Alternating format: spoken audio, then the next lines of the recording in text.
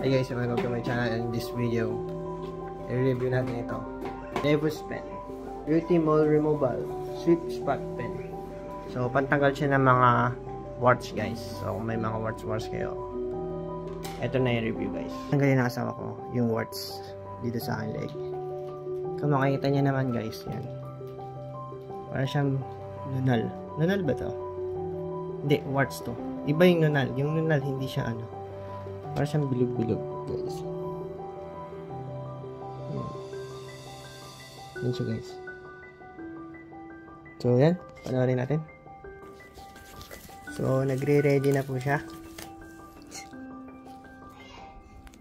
Pwede bang gumalaw, mami? Hindi.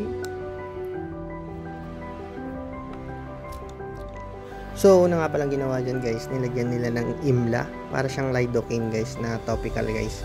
Tapos guys, 30 minutes yon na nilagay bago siya start ng procedure.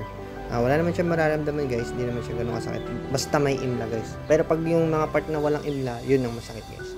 So dapat lagyan nila ng imla guys. Disclaimer lang guys, yung asawa ko guys is nurse siya guys. May knowledge siya sa mga ganitong pagtatanggal. Nag-assist sila sa mga procedure na ganito sa derma, kaya na-adapt na niya yung paggawa ng ganito guys.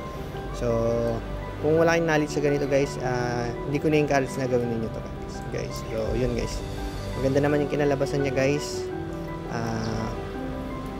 Smooth naman yung procedure, tapos natanggal talaga yung warts guys.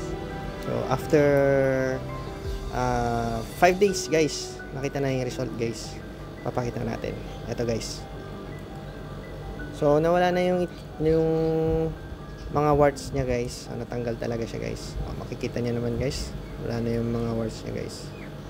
So yun guys, kung nagustuhan niyo yung video na to, like and subscribe.